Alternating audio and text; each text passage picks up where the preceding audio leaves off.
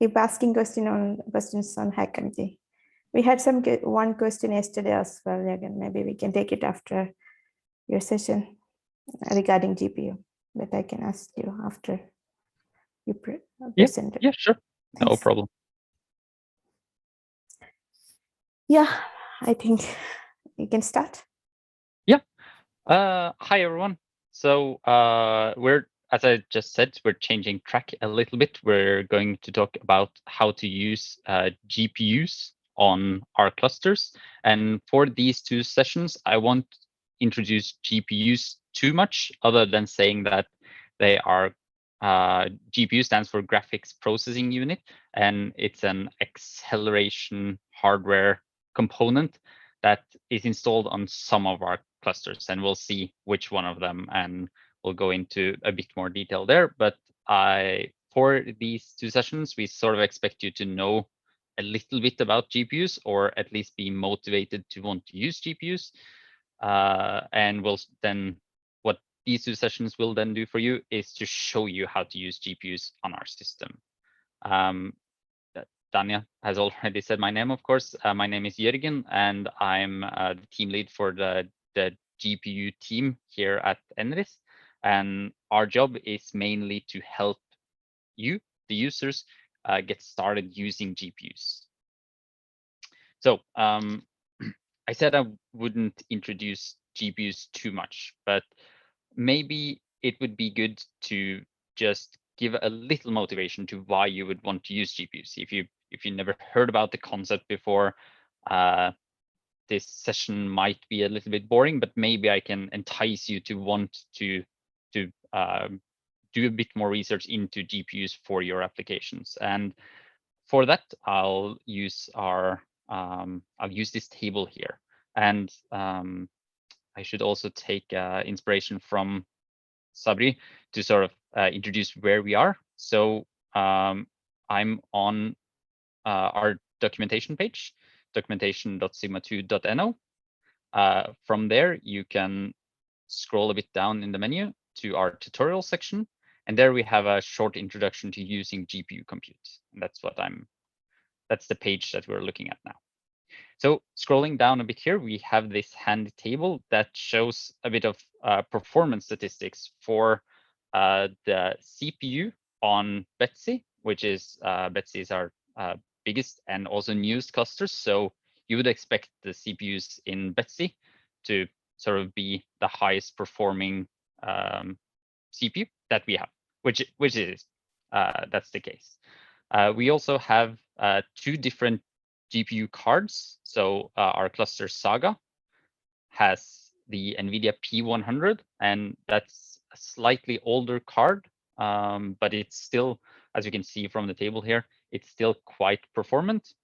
While on Betsy, we have NVIDIA's almost the newest GPU hardware from NVIDIA, the A100 cards, which you can see is quite powerful. And what I wanted to point out here is that for the CPU, if we are able to use all the cores on the CPU, we can reach around 1.3 teraflops. So that's trillion floating point operations per second, which is of course a lot. But as you can see, even the older Saga GPUs is able to outcompete that for single precision, and the Betsy GPU blows it quite far out of the water. If we require higher precision, then the GPUs lose a bit of their speed, but still quite a lot better than Betsy. And I should point out here that these not applicable is not because the CPUs can't compute on double or half precision. It's just that the CPU will have almost the same performance for all the different types of precision, because basically the CPU will always compute in double precision, while these GPUs here from NVIDIA actually have different sets of hardware to compute on double precision, single precision, and half precision. So you can see the A100 card is able to calculate extreme numbers of of smaller pieces of data. So so basically, we want to use GPUs when you have a lot of data that is structured in a matrix is a really good case for GPU. But of course, GPUs are not the panacea, or else we would just have machines with GPUs. So of course, there are some caveats here, but I won't go too much into that today. So instead, what I wanted to do is just show you what's necessary to get started using the GPUs. So firstly, in this tutorial or this first session, we'll talk a little bit about how to run stuff on the GPUs. So how can you find the GPU nodes? How can you find out information about them? How do you run your jobs there? How do you check that stuff is working? And in the next session, we'll introduce a bit more theory behind the different flags that we can use in Slurm. And we'll also see a little bit about all of the systems. We'll get a little bit of systems overview and a bit on how you would set up, for instance, if you want to use multiple GPUs, or how can you find out if your software supports GPUs. We'll see that in the next session. So first of all, I said that we only have two systems that have GPUs now. That's Saga and Betsy. So to use them, you will have to log into either of those clusters. So if you're just using Fram, for instance, you will not be able to utilize GPU compute because there isn't any hardware there. And so you can always go to our hardware specification pages and you'll see what is available. But I can just summarize that Saga has 8 GPU nodes and Betsy has 4 GPU nodes. And each of the GPU nodes has 4 GPUs in them. So there are, even though there are not that many nodes, there are actually quite a lot of GPU cards available. And the nice thing about the GPU nodes, both in Saga and in Betsy, is that you can ask for just a single GPU. If your software, for instance, can't utilize multiple GPUs on both of these systems, you can ask for just a single GPU, which is nice. And for Saga, that's what you would sort of expect based if you know how Saga is set up to give out resources. But for Betsy, that might be news to you. As for the normal partition, Betsy will only give out whole nodes, and there's a minimum of 4 whole nodes. But for the GPU partition of Betsy, that's not the case. So how do we identify the nodes and their current load? So the easiest way to find out information about the cluster as a whole is to use this sinfo command, and it will show you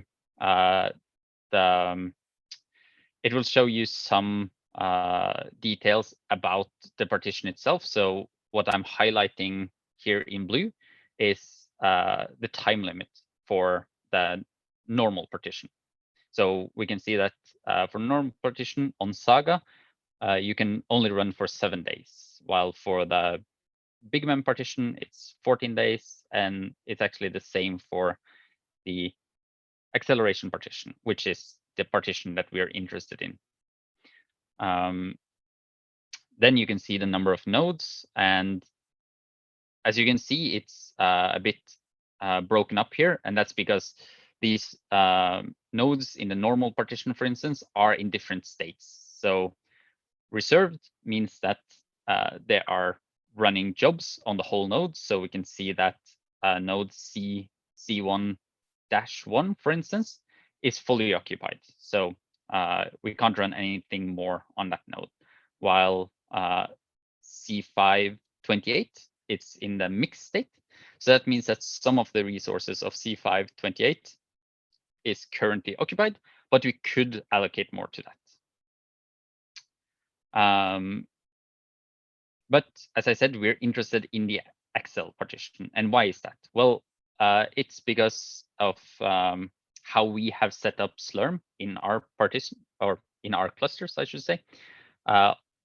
Both Saga and Betsy have a partition called Axel, where we have GPUs available. So only the nodes that are in the accelerated partition have GPUs. So if we try to run GPU software on the normal partition, you'll most likely just get a crash, an error out, because there aren't any resources or there aren't any GPUs there that you can utilize. So as we can see, when we run the asinfo command for this tutorial, we can see that some of our GPU nodes were in this mixed state. So some users were using the GPUs there. We have 4 nodes that are being allocated. So users are preparing to run jobs there. And then there are 2 nodes that are not doing anything. So 2 nodes completely untasked. So to test this, you would, as has been explained before, use the salloc command. It's something that we can run on Saga to allocate an interactive command prompt on one of these. And if we just did this partition Axel so that we end up on one of these nodes, what you would see then is that you would be on the correct machine, but Slurm, being quite a clever batch system, doesn't give you any GPUs to use actually. And the reason for that is that you didn't request any GPUs. So whenever you want to use GPUs on our systems, you will always see these 2 in conjunction. So you always have to ask for partition. That means that your job runs on only the nodes that have GPUs, but you also then need to actually request GPUs. So for instance, in this example, we ask for a single task. We ask for 1 gigabyte of memory per CPU. We ask to run for 2 minutes. We ask to run on the partition Axel, which we need to do. We request 1 GPU. We ask to be in the development quality of service. So that usually means that your job is scheduled a bit before, or you're telling Slurm that your job is a development job, and so it won't be running for that long. So Slurm will understand that, okay, this is quite a short job. I should prioritize it higher than something that wants to run for 2 days, for instance. And so this QoS, quality of service, is quite important to do to be prioritized a bit higher when you're doing short stuff like what we're doing here. So when you do salloc, what happens is that you end up on the node, and there we can actually check if we can access the GPU. And for NVIDIA GPUs, you would use this tool called NVIDIA SMI. And what that does is basically, it's sort of a top equivalent for the GPUs, in that it will output some information about the GPU. We've highlighted a couple of important bits down here, and we'll go through that in a second. But it will also show you what's running on the GPU. So when this was ran, so November 3rd, at around 2 o'clock last year, we see that the NVIDIA SMI tool said that it was running version 455. The driver is the GPU driver on the system, and these 2 can in theory be different, but they're usually the same. The CUDA version here, it's important to note that this is connected to this driver version, but you can always load a newer CUDA module through the module system. So this isn't actually that interesting for us at the moment, or this usually doesn't mean anything because CUDA is forward and backwards compatible. What's more important is that NVIDIA SMI found one GPU. It found the Tesla P100. And as I said, when we are on Saga, that's the only GPU that you'll find. And that's a good thing.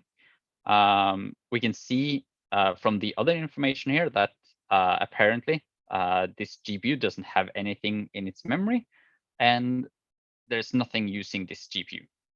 And that also correlates nicely with the information that NVIDIA SMI is outputting here. It says no running process found. So and this NVIDIA tool can't see that anything is running on the GPU, which should always be the case. And as we've explained before in this course, when you receive resources for your jobs on our system, you'll always get exclusive access to those resources. And that's basically what we're showing here. So this NVIDIA tool is showing that there is nothing running on this GPU, which is as you should expect, but it's nice to also get it verified from sort of independent verification, I guess.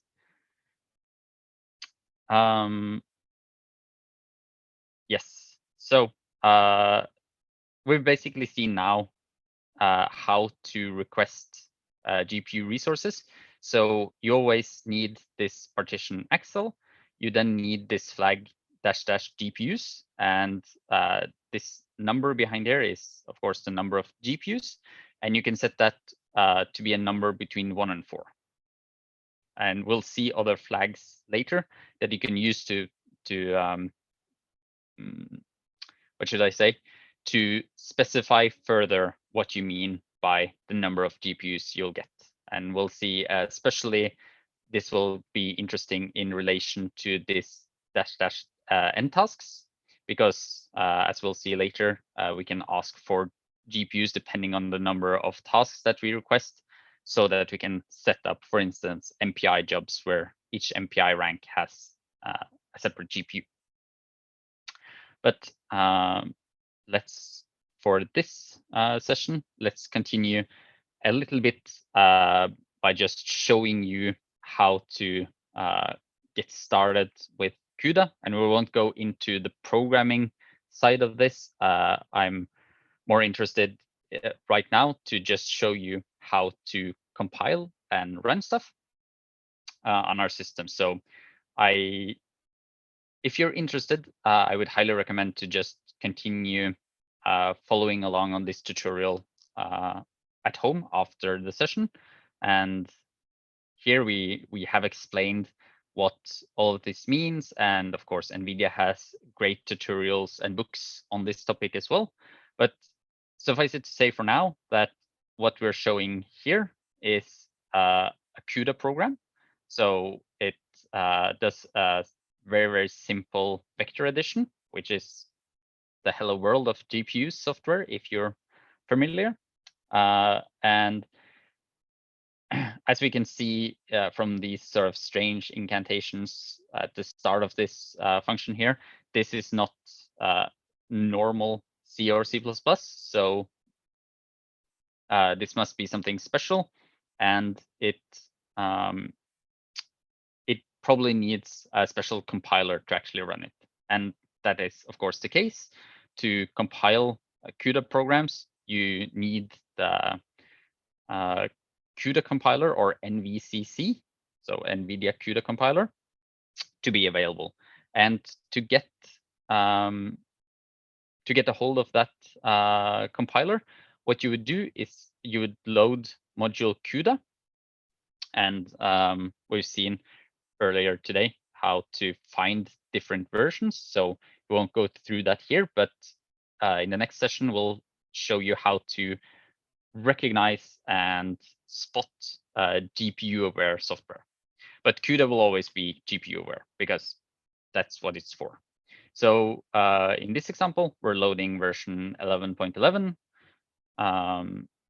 Since this is an easy build software, you can also see that it has a tool chain attached to it. Not all CUDA software has that, because CUDA can, of course, be self-hosted. But in this instance, we're loading an easy build module that also has a GCC toolchain. Once we've loaded this module, we can check the CUDA compiler. And as you can see here, the CUDA compiler outputs what we expect to see. We can then compile this software that we saw above. And if we try to run that, we'll instantly get an error. Because this is C, you'll get a, what should I say, a really unhelpful error. It will just say segmentation full, core dumped. So core dumped tells us that Linux actually tried to get us some debug information, but that's more for the experts and not for the users. And segmentation full just means that our code failed and we don't know why. But what we can notice here is that we both loaded the module, we compiled the module on the login node. As you can see in this prompt, we sort of have at login.saga and the same here. And that sort of should ring a bell on why this doesn't work, because this code up here is must be run on a GPU. It cannot not run on a GPU. It cannot run on a CPU, I should say only. So when we try to run on the login nodes, it had to fail because there are no GPUs. So how can we then test that this works? Well, as we just saw, we can use SLOC to get an interactive allocation. As you can see, we do more or less the same thing that we did last time. We ask for one GPU. We ensure that we're on the partition Excel. And we ask for just 1 GB for the whole call here. And we'll again be allocated a node to do that job on. We can then try to run our program again, and we can see that everything works as expected. Now that we had our GPU, it actually worked to run this program. And we can see that the expected output, or we can see that for these different indices in the output array, 0, 1, and 42, it all outputs 1. And if you, after this session, go back into the CUDA program and look at it, you'll see that that's the expected output. So that's really good. So one challenge with using or with starting to use GPU software, and especially if you haven't written it yourself, is to monitor GPU utilization. We have, after this tutorial was written, actually implemented some global GPU monitoring solutions that will give you some indications, but it isn't as fine-grained as what we'll present here. So this code that we saw in the beginning, it's so quick that we really can't see our GPU utilization at all. So what we can do is we can call the CUDA kernel multiple times. So what this will do is it will run the GPU part of the code above, and it will run it for quite a number of times. So here we see that it's run for 100,000 times. And that's basically because this just calling this add function finishes so quickly on the GPU, but we want to see that the GPU is actually working, so we call it a lot of times. Here we've shown how to load the necessary modules and do all this in a Slurm script. And what you can see here is that it's basically doing the same thing as our SLOC and what we did on the login node. So as always, we ensure that we ask for our accelerated partition. We need to ask for a single GPU so that we actually have a GPU available to use.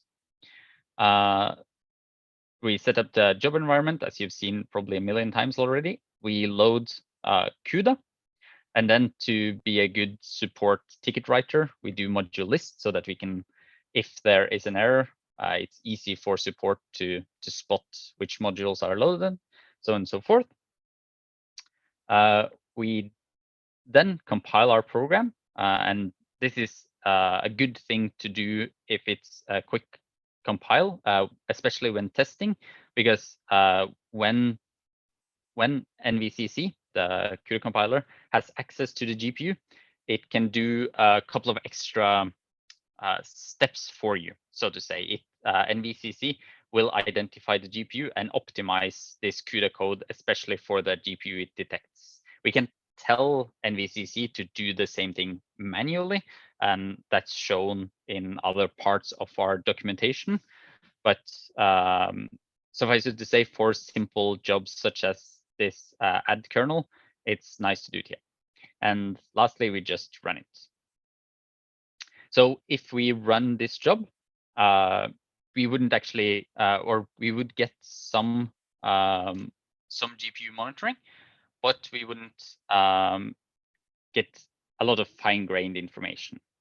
So what we could do is we can actually ask NVIDIA SMI to monitor our GPU for us. So that's what we're adding here to the Slurm script. So you can see we add it in between compiling and running our loop. What we're asking NVIDIA SMI to do is query the GPU.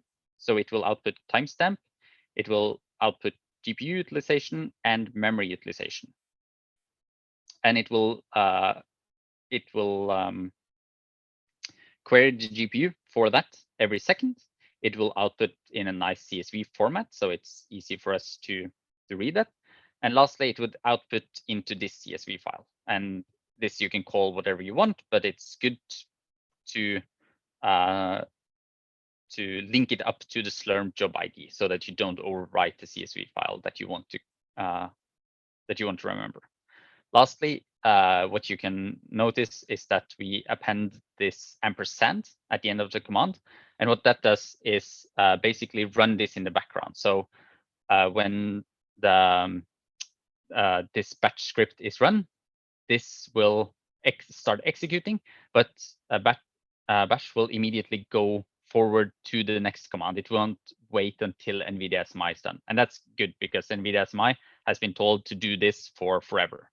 So we don't want to stop there and never run this loop add CUDA before our Slurm job is killed for going over time. So the next thing we do is just we get the process ID of this, and that's basically so we can just tell it to stop when we're done. So this will start, it will just continue, then we'll do loop CUDA again. And lastly, what we'll see is that we'll get some output like this. So as you can see, NVIDIA SMI will of course start before we get to this, to calling our actual program. And so it will see that, okay, initially in the first second, the first time we measured, there was no utilization, but then later on, we can see that we started to get some information out of, or we can see that we get some utilization on the GPU. So since this is vector addition and since that is more or less the ideal case for the GPU, you'll see that we get quite a high utilization. We get good memory utilization, which is what we're after. You want to see these GPU utilization numbers to be high, or else it might be a total waste of time to actually use the GPUs. And that sort of, since this session is almost over, that segues nicely into me giving a general warning that, again, GPUs are not the panacea of all computing. You need to actually check if your job can run quicker on the GPU. If, for instance, you're using some software that's already GPU optimized, it might not be the case that for you, it will run faster. So we'll probably end it there and take a break. Thanks, Jørgen. hopefully you can see my presentation now. Yes, perfect. So thank you, Dami. So we'll continue what we just talked about and go into a little bit more details about the systems, the software, and the flags that we saw in the quick tutorial. So hopefully this will give you a bit more information on how to actually use this. And of course, we'll share this presentation afterwards. And the tutorial you can always find on our homepage. So let's again go in and talk a little bit about the available resources on Saga and Betsy, so that you get to know them a little bit more. I've also added in a slide on a new system that users of Sigma or at NRIS will hopefully soon get access to, and we'll talk about that in hopefully great detail, because that's a system that we in the GPU team are really looking forward to. So that'll be interesting. We'll look a lot into how to find GPU-aware software, because for most of you, you are not interested in developing GPU software yourself, presumably, but you have heard about GPUs and you've heard that your the software that you're using on a daily basis has been accelerated. So how do you find that on our system, and how do you get started using that? And we're going to that a bit.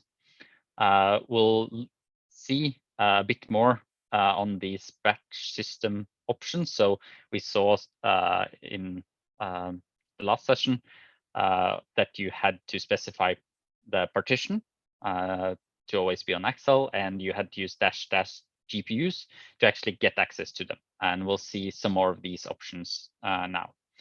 Lastly, I will just spend a couple of minutes saying that the GPU team is here for all the users to get some help.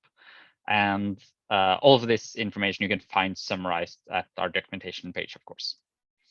So the available resources that we have, I already introduced that.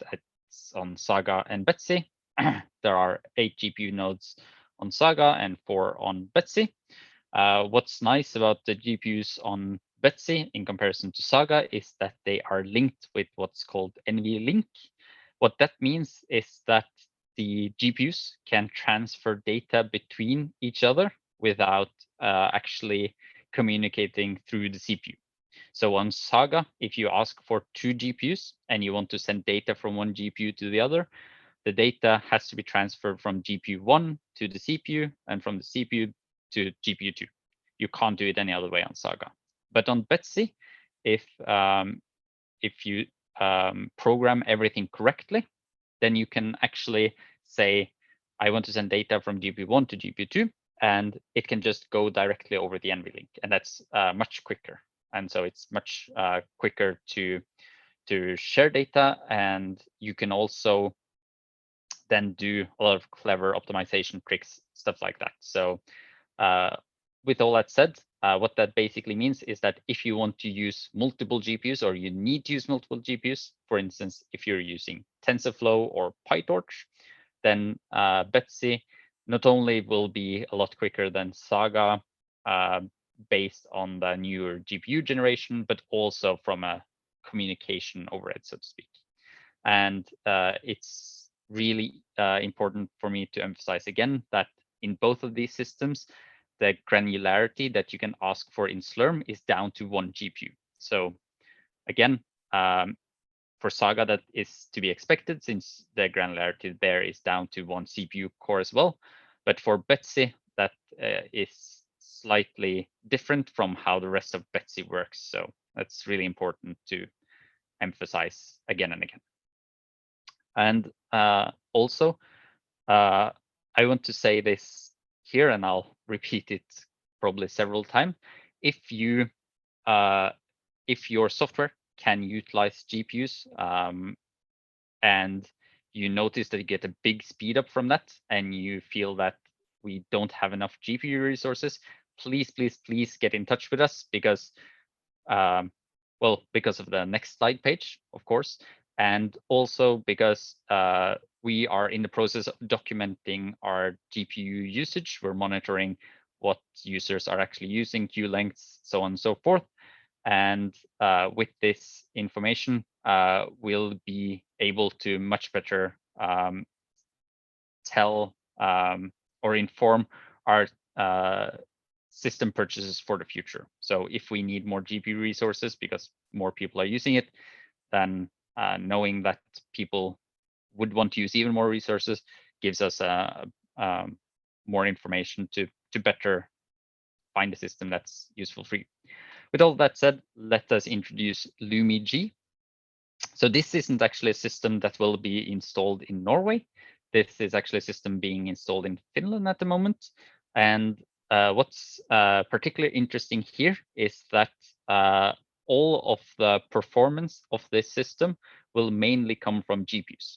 So as I've written here, LUMI will have 2,560 nodes, and each of these nodes will have 4 GPUs. So that will in total give us more than 10,000 GPUs. And these GPUs, of course, are state of the art.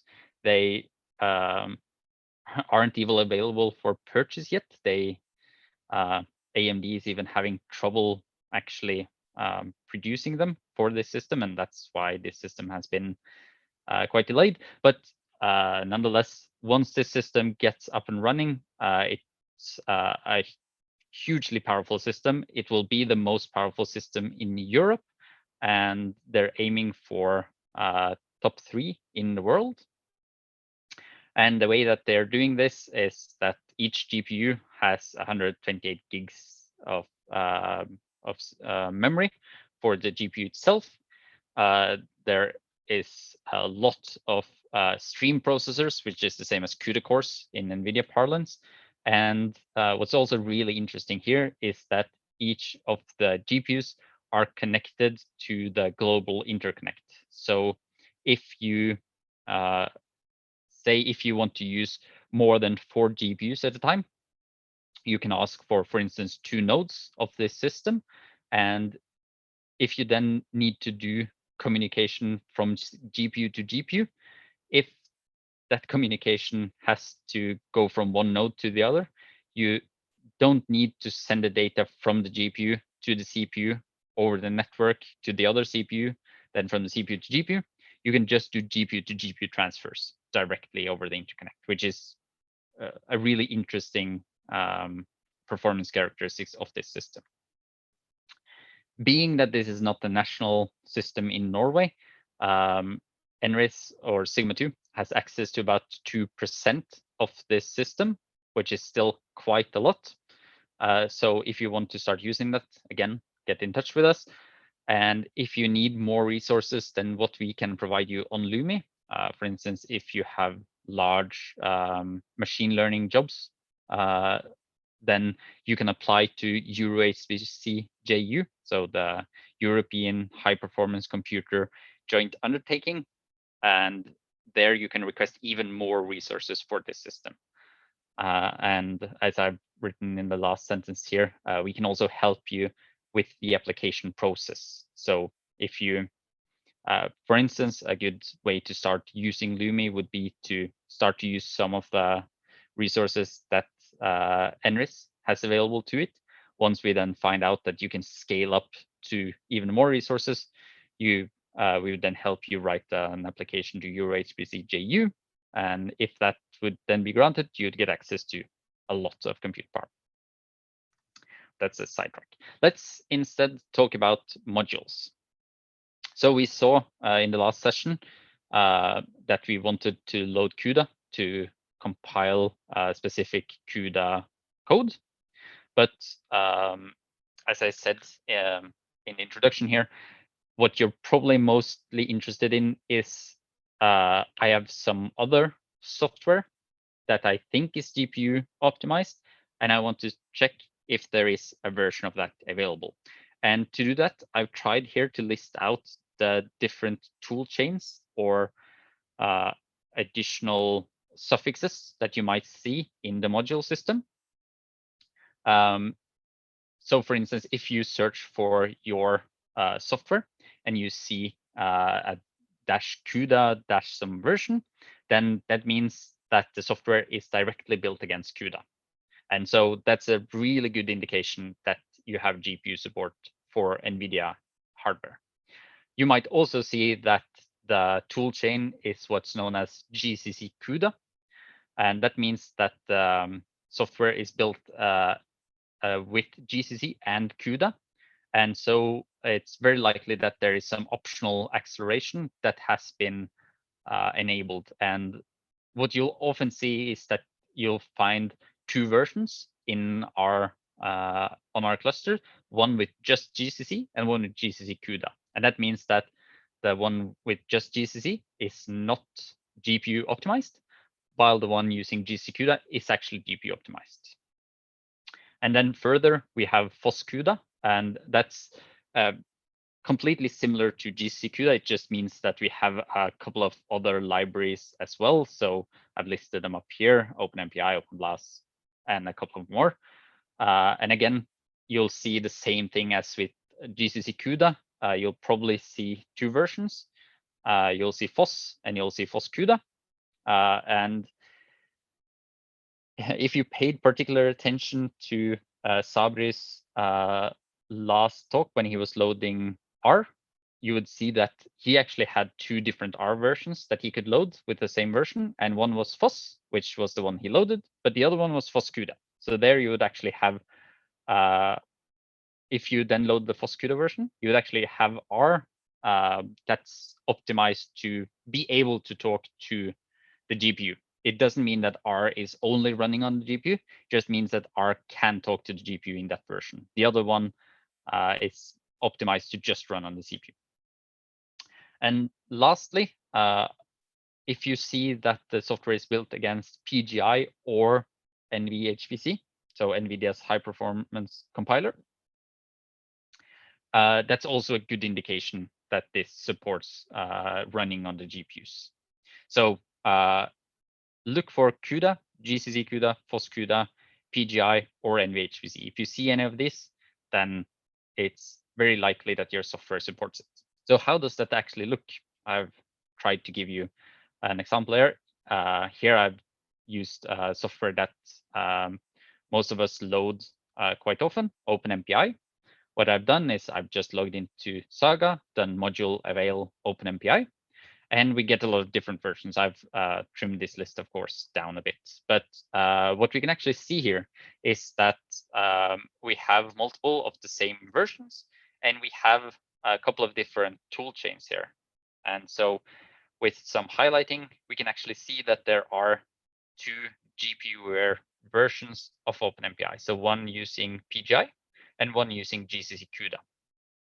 So this tells us that if we load this OpenMPI 4.0.3-PGI, we'll get an OpenMPI version that is compatible with PGI.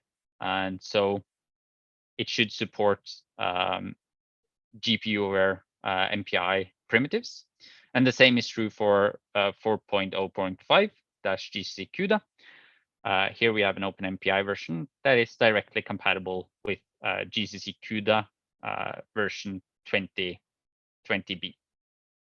So we can then combine that with other software to have GPU-aware MPI communication, for instance, in this case. Now, since OpenMPI is just a tool to use. So let's take this one step further. Let's assume that you're interested in using GROMACS, and you've heard that GROMACS is GPU optimized. You haven't tested yet, so you just want to get started. You would then do module avail GROMACS, and lo and behold, we actually have a version of GROMACS that is optimized or that can utilize GPUs. And so we would then load this. And I should also, with this, point out that for a lot of bigger software packages, we try to document on documentation.sigma2.no how to actually use these as well. So for instance, for GROMACS, there is a separate documentation for how to use it with GPUs. But this is a good way to get started, to just test out the waters yourself and find sort of the versions that work for you. In this last slide here on available modules, I've just shown you a really simple way to quickly find out if something is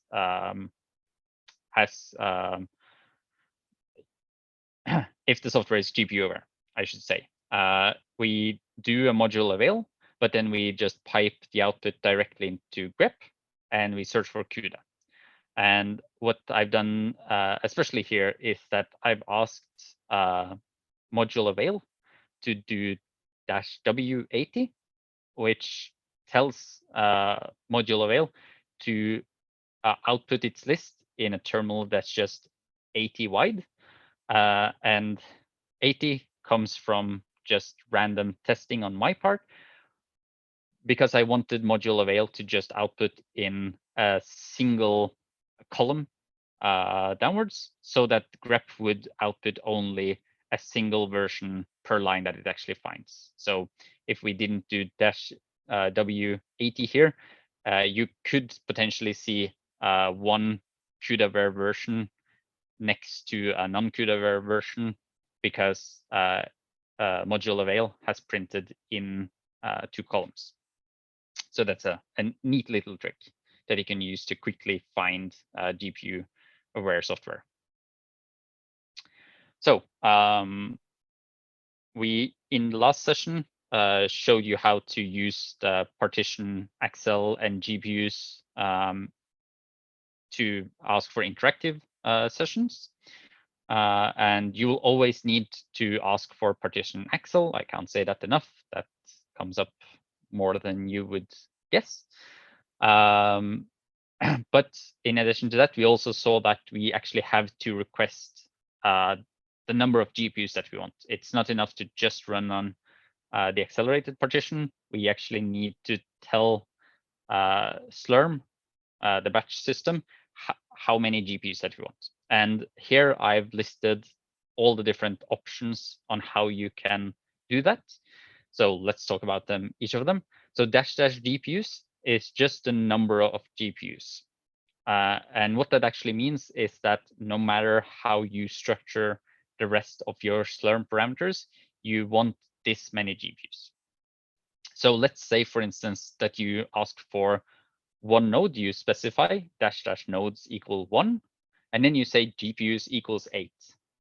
What actually ends up happening there is that you would only get, or you'd get an error, because what Slurm does is then checks its system config, sees that, okay, we have no nodes with 8 GPUs. So there's a conflict, 8 GPUs versus just 1 node, and it will just tell you that there's an error there. But if you then said, I want 2 nodes and 8 GPUs, Slurm would go through its system settings. It would say, okay, yeah, since each node has 4 GPUs, this is a request I can actually honor. And we can then do other stuff, like we could say, I want 2 nodes, I want 6 GPUs. And here Slurm is actually free to do a lot of trickery. For instance, it could give you 1 node with 4 GPUs and 1 node with 2 GPUs. It could give you 1 node with 3 GPUs, 1 node with 3 GPUs, or it could do 2, 4. So it can split it up however it wants. And because of this, these other options are available and are highly recommended to use. So --GPUs per task, that's connected to the --N tasks option.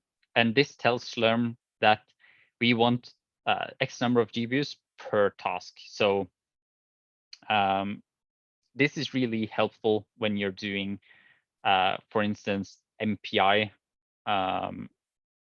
when you have software that's both GPU aware and MPI aware, because then you can say, I want to do 8 tasks, but each task should only have access to 1 GPU. And then you can do --GPUs per task equals 1, and you will get the number of GPUs equal to the number of tasks you ask for. So each rank in MPI would get 1, or you can do 2, 3, or 4, and the system will try to accommodate you as well as it can. And if you ask for something that's impossible, Slurm will just tell you that. Then GPUs per node connected to, of course, -- nodes. So again, we saw that if we said -- nodes equals 1 and had GPUs equals 8, that's an impossibility. But if we had -- nodes equals 1, -- GPUs per node equals 4, that would be, of course, possible because we have 4 GPUs per node.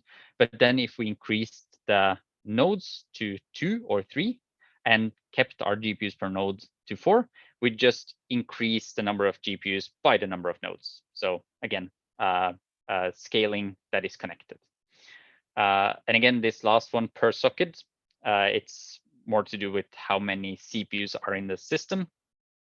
For all of our system, all the GPU nodes are 1 socket only, so it's not that interesting, but it can be useful if you need it. Yeah, and I've highlighted there, GPUs per task is usually the one that you actually want to use. So it's the most helpful most of the time. But for easy testing, you can do -- GPUs equals 1, of course. So yeah, this is I've just here tried to highlight one of the challenges that you can get if you just do -- GPUs equals 1. So here, what we're asking for is 1 task. We're asking for 4 CPU cores per those tasks, and we're asking for 1 GB per CPU. So what we'll get here is we get 1 task, 4 CPUs, 4 GB of memory, and 1 GPU. But what happens if we then change n tasks to 2? Well, in this case, we still only get 1 GPU.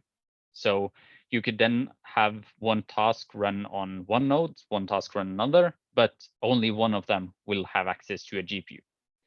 We could set this up so we have these 2 tasks share GPUs, or we could also have it in a way where 1 task does something unrelated to GPUs and 1 uses the GPU, but that's generally not what you want. So it's usually better to just do GPUs per task equals 1 so that these are connected. So in this case, when we change our GPUs equals 1 to GPUs per task equals 1, each task that we ask for gets a GPU. So that's a good rule of thumb to usually always ask for this.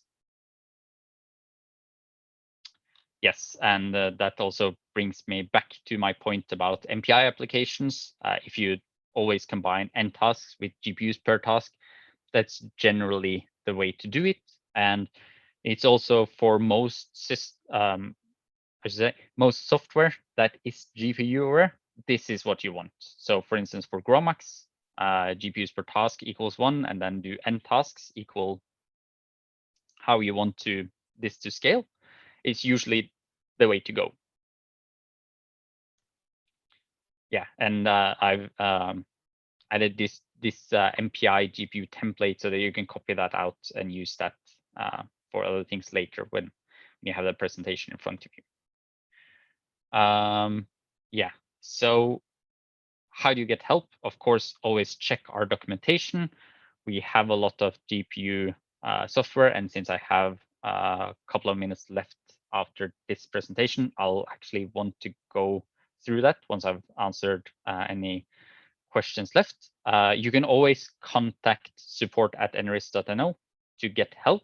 And if you mark your question with GPU in any way, then the question will be forwarded to the NRIS GPU team, and we'll try to answer you as best as we can.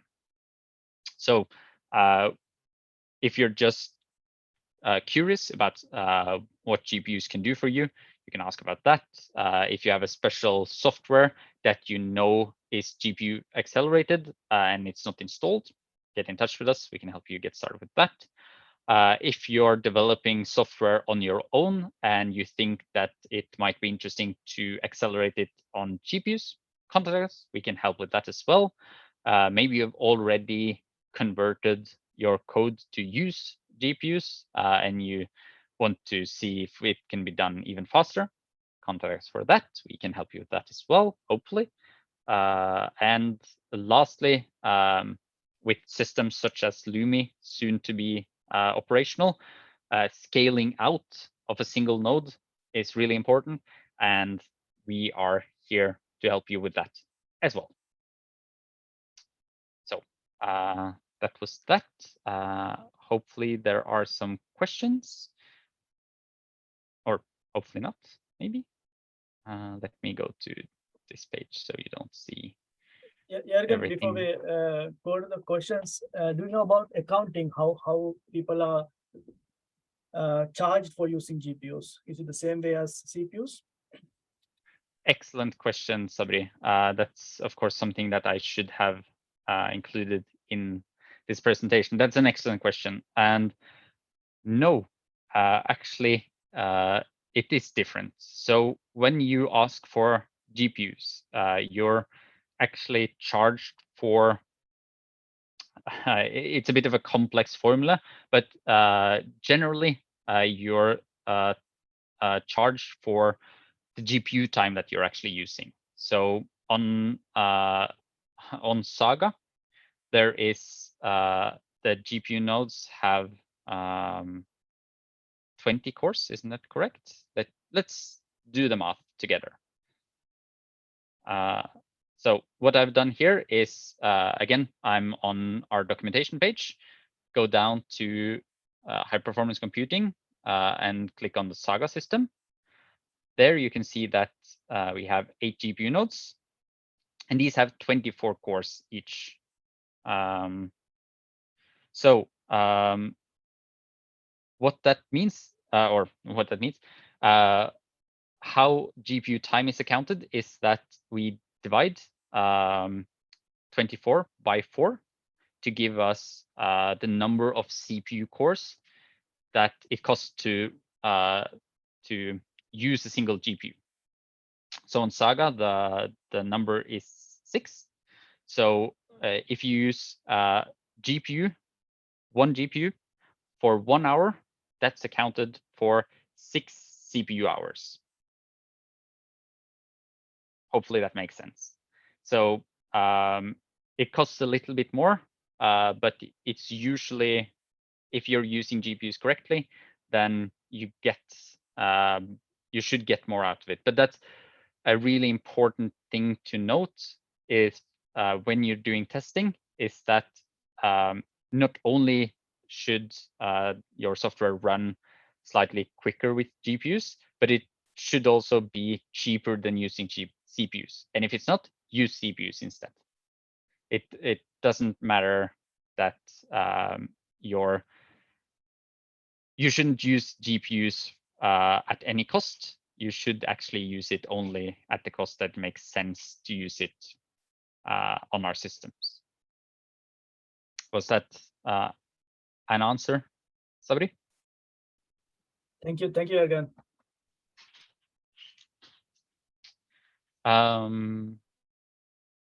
Yes. Thank you again. Radhavan, did I miss some question on HackMD, or is there anything else to? I think everything else has been answered. Yeah. Excellent. Then I'll use my last remaining minute to highlight some of the work that the GPU team has done. And if you go to our documentation page, scroll down to code development, you'll see 2 interesting subcategories. Both offloading to GPUs tells you a bit about how to offload to GPUs. And lastly, under guides here, you'll find a lot of GPU guides that we have written over time. And these tell you how to get started with programming in OpenACC, OpenMP, SYCL, how to convert OpenACC to OpenMP using offloading in Fortran 2008 on GPUs, and also how to integrate, for instance, cuBLAS into OpenACC or OpenMP, if that's something that you need to do. Maybe, yeah. Thanks, Daniel, and thanks everyone. So I'll be very brief and leave more time for discussions in the end. I think also this type of topic is something that is open to questions from a lot of people. So I just want to talk about what we kind of do in addition to providing, let's call it hard resources, both on the compute and storage side, in addition to sort of the frontline support that comes along with it. We try to add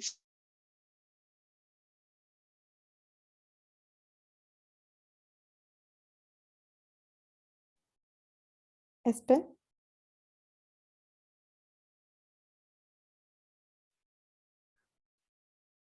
Okay. working directly with you.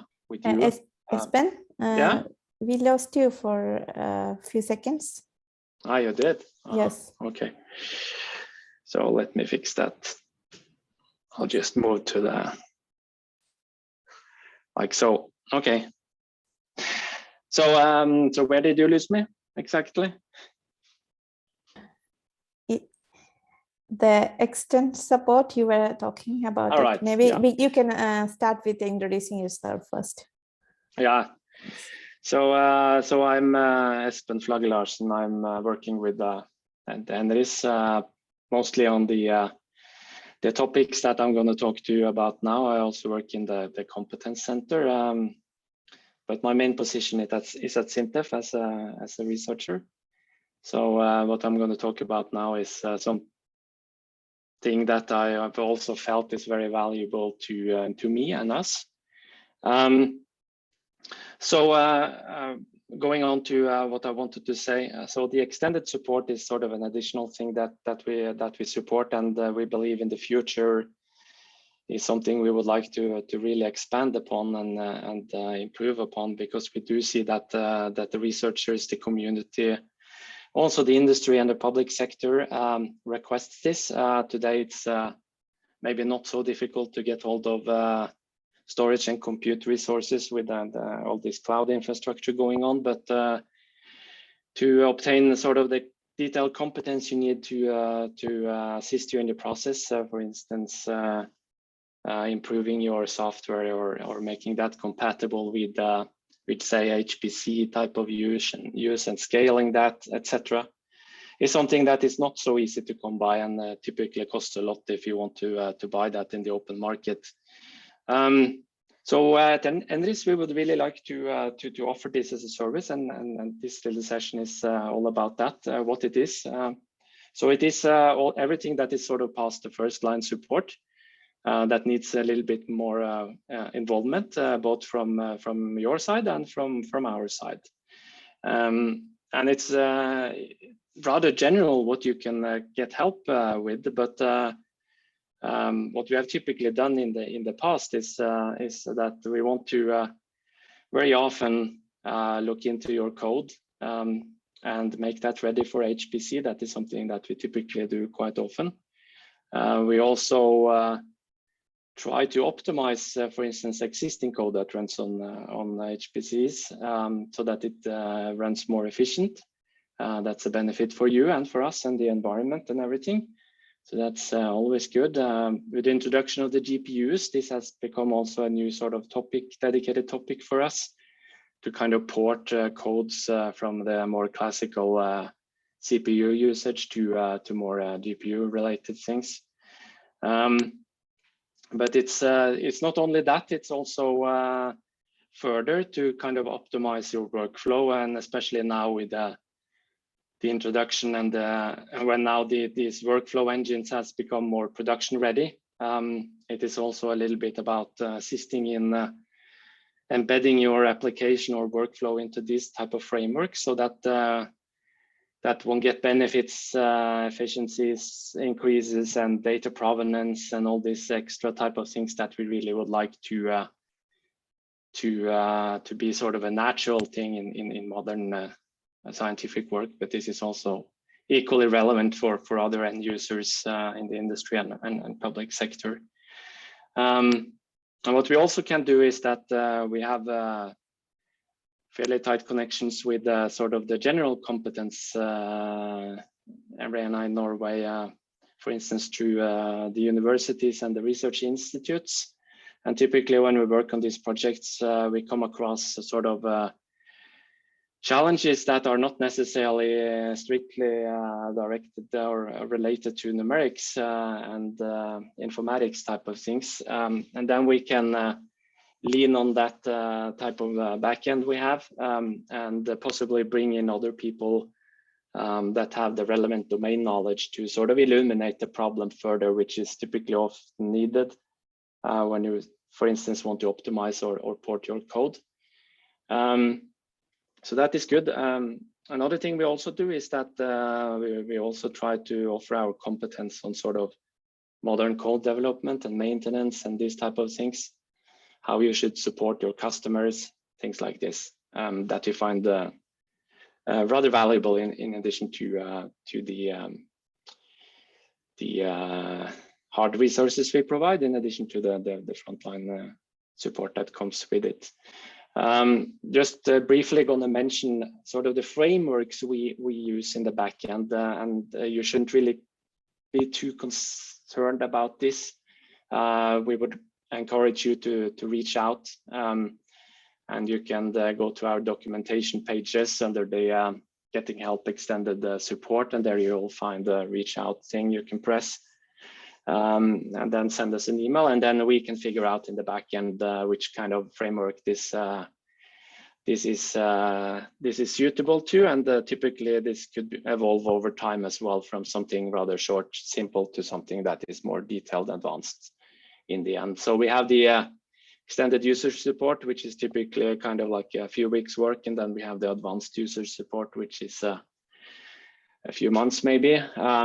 And then we have this dedicated GPU support. And then on top of that, we have the National Competence Center, which is a more generic type of thing where we can do bigger things and also assist in writing applications for more dedicated tasks that go on over possibly years. So that is kind of the frameworks we work in. I would, before wrapping up, really encourage you to reach out, just having a discussion, and do not have the impression that your challenge or problem is too small for this type of efforts. We tend to get that feedback from time to time a little bit that this is not advanced enough for this, but in the end it is. So don't hesitate to reach out. We will always find a solution for this. And then you can just send an email and we will figure out how we will continue with it.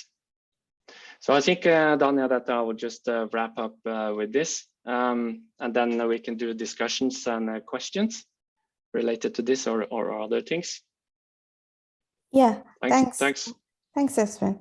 And I would like to share the screen.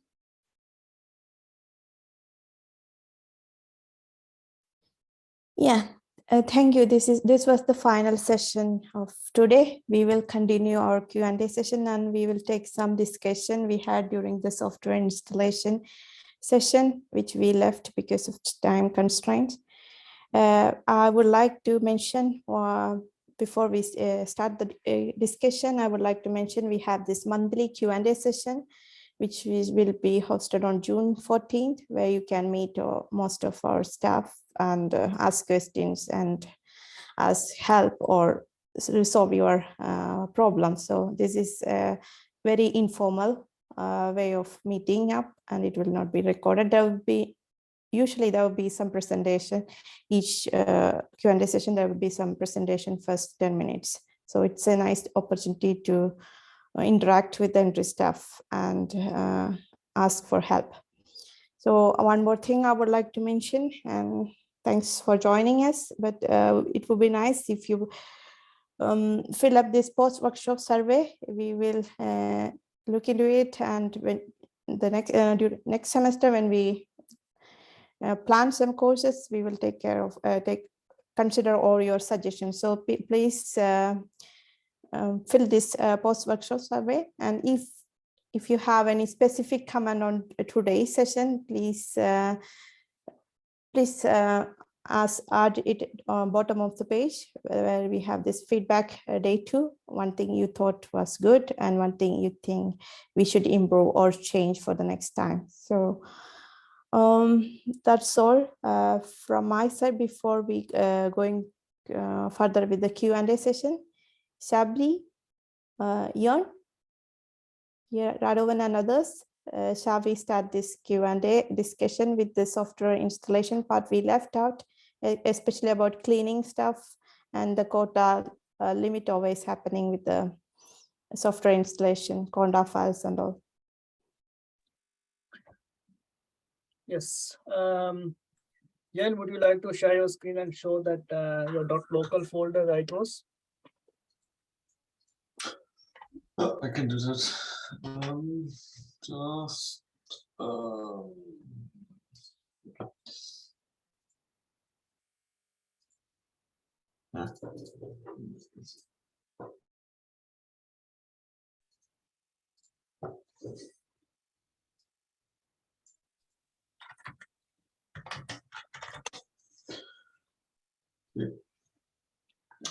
Yes.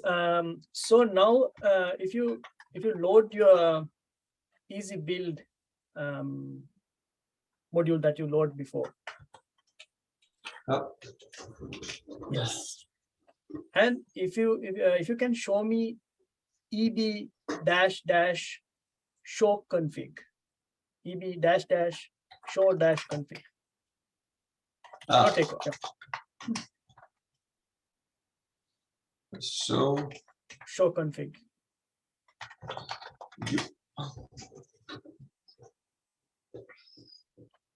Excellent.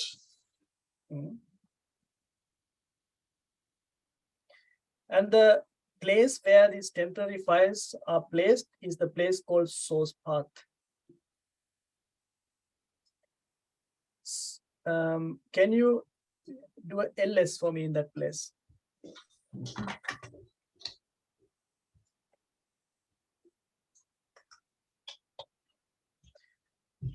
So each software which is downloaded would have the source. For the Julia source would be inside J. And under S, I'm not sure what inside S.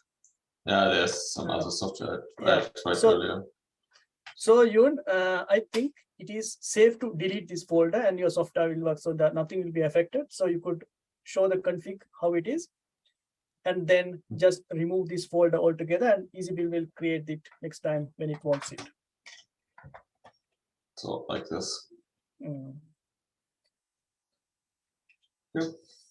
Yeah, so that is the easiest way to clean.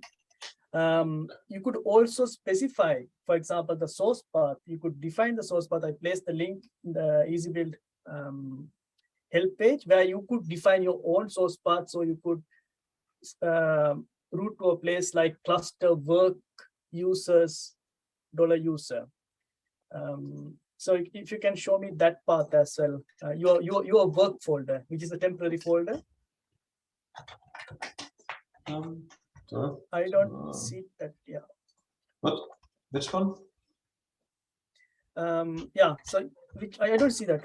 Okay. Cluster work. It's not there. It's not there. No. Cluster work users. $user or your username. No. Yeah. Your username is that JD? Yes. No. Okay.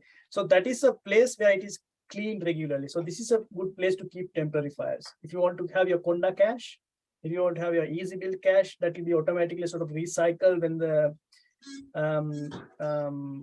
quota, like the overall storage goes down. This is a good place to keep.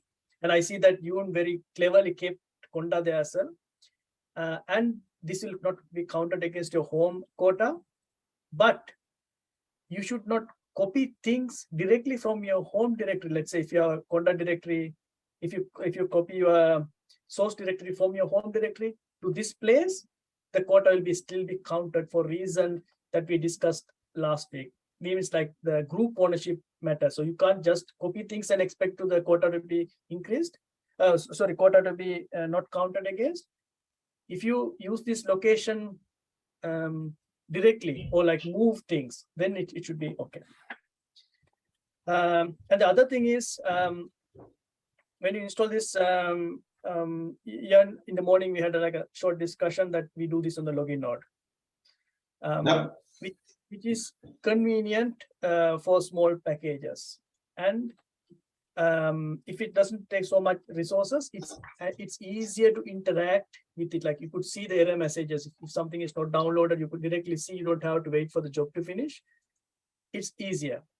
And in addition, not all repositories are allowed from compute nodes. If I rephrase that, not all internet locations are accessible from compute nodes. So some of the installations fail. So if it is something smaller, like, or like doesn't take so much resources, it's easy, it's more convenient to go for the login node, and it's okay. But it's a huge package that you want to compile with optimization. Then you could download the file, the archive first, and do the compilation in the job script. So I know, for example, Radhavan, for example, he has mentioned in previous occasions that easier to document, like what happens if you do the job script. Radhavan, would you like to comment something about this? What do you mean by documenting your installation? Yeah, I think two aspects to it. I really like to install software from a job script. That's one thing. But also when it's about conda or pip, I really like to install software out of a file. So out of an environmental YAML or out of an requirements.txt. If it was easy build, I would also package this into a script. And the reason is there are two bonuses to it. One is that I'm sure that I will not occupy the login node because it will go and compile and build somewhere on the compute node. The second bonus is that I don't have to remember it. So if I later I need to install it again in 2 months, I can look into my script. So things are more reproducible. Yeah, but so it's a bit more complicated. Sometimes it's easy build because then you have to like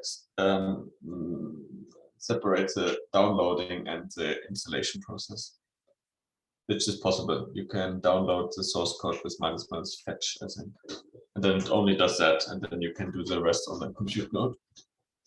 But it's a bit more tricky with like stuff which has to download. Yeah, and a good comment. I think with EasyBuild, it's maybe less important to remember because EasyBuild takes care of these things. I don't have to remember every single step because they are encoded in the EasyBuild configs. I think my suggestion is more relevant for everything that doesn't fit into EasyBuild. I also, if you remember, I mentioned earlier, like you can check your quota with do search. Oh, so it's a bit nicer to see.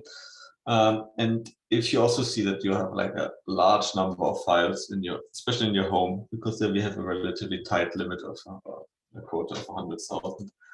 And you have used Conda before, and especially even if you install in your project, some files are like cached, and some cached and extracted files are placed in your home. And especially if you use a named one, so with -- name or -n, it will end up in your home, and then this will be basically immediately full. So one command is also now documented as conda clean, and then -a cleans a lot, but it also gives a lot of warnings because it tries to clean stuff which are saved somewhere else where you don't have access rights. So, but you can basically ignore all of the warnings. It's just like will be like a ton of warnings that certain files can't be removed because you don't have the access rights. That's okay, but I still will delete a lot of files. So in addition to that, Jørgen, you could also point to a location like that work directory, your conda cache. So your conda cache would never affect your home directory. Yeah. So yeah, that's true. For that, You can. Go ahead. but this is not like the default. So, but if you check and you have like high file number, try conducting, and if you want to prevent this from happening multiple times, then you can also redirect your conda cache. So I have placed some instructions on how to do that. So you need to specify this in the bash RC file.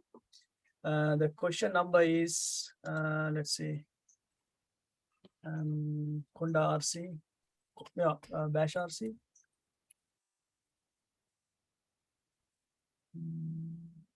14. Okay, thank you.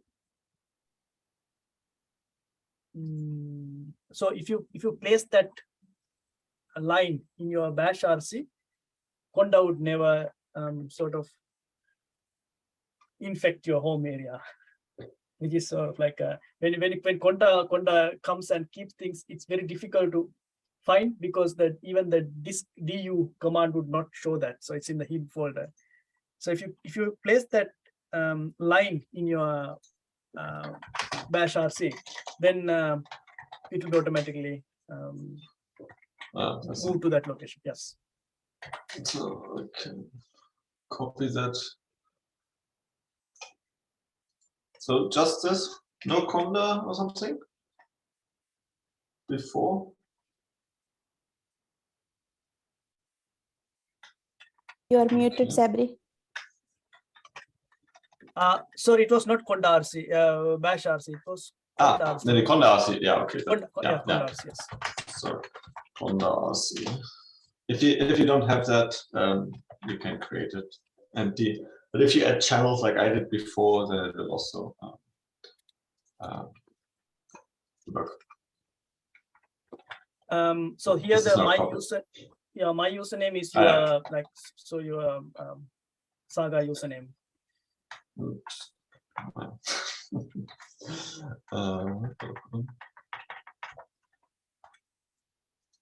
So, like that.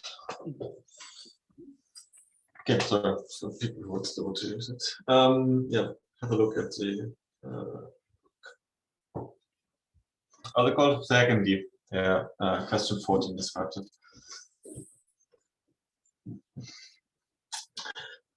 Good. Should we have some general Q&A?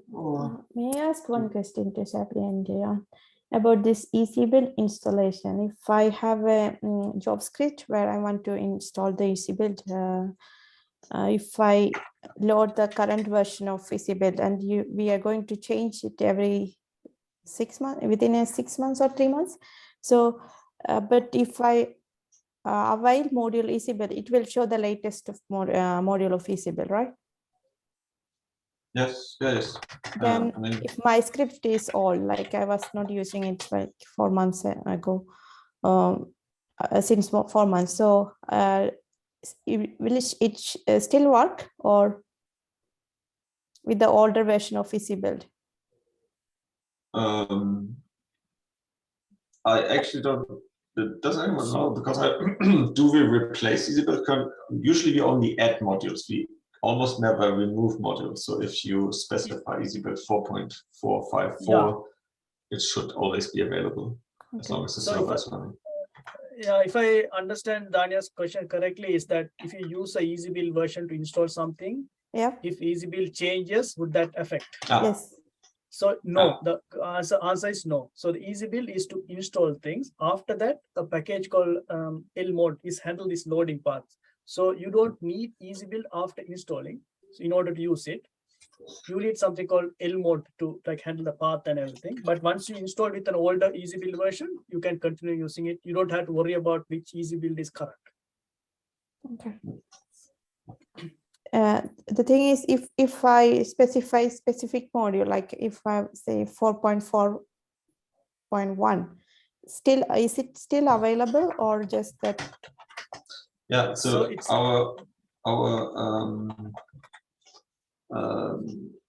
we basically never remove modules. If there's not like a big bug in there, then maybe we will replace it. But otherwise, our philosophy is that we always like keep old modules. So, is it actually currently possible to load without saying the number? Yes, so usually we use, so if you, I think there's a command to find hidden modules. Easy build, maybe a man page would help. Can our colleagues try? Yes, that means that easy build older version are hidden, not removed. I hope that is the case, but let's see. I could be wrong. Also, I always write ML instead of module because it's a alias. So instead of module avail, I can also write ML avail. You could also show hidden, yes. Build. Maybe you had used the underscore. Did you use underscore there? Is it underscore? I think so. I think you copied it. So it's hidden, so it will remain.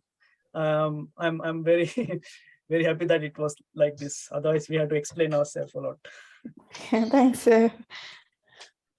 Yeah, but I can still load them. If I specify a version which is like in a script which is not any longer like visible by default, you can still load it.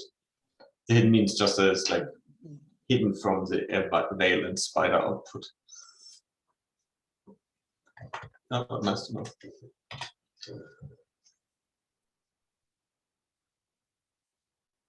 Are there any discussion or questions we should take here? I remember there was one question about GPU utilization yesterday, but I think Jørgen covered with the monitoring part today. So I will add that on yesterday's notes. So Daniel, is the recording going on still? Yeah, I mean, of course, I forgot. Shall we off it so people can just on the camera and ask things and have discussions and comments? You know, not only questions. If you want to share something that they know with us, for example, we also learn a lot during interactions.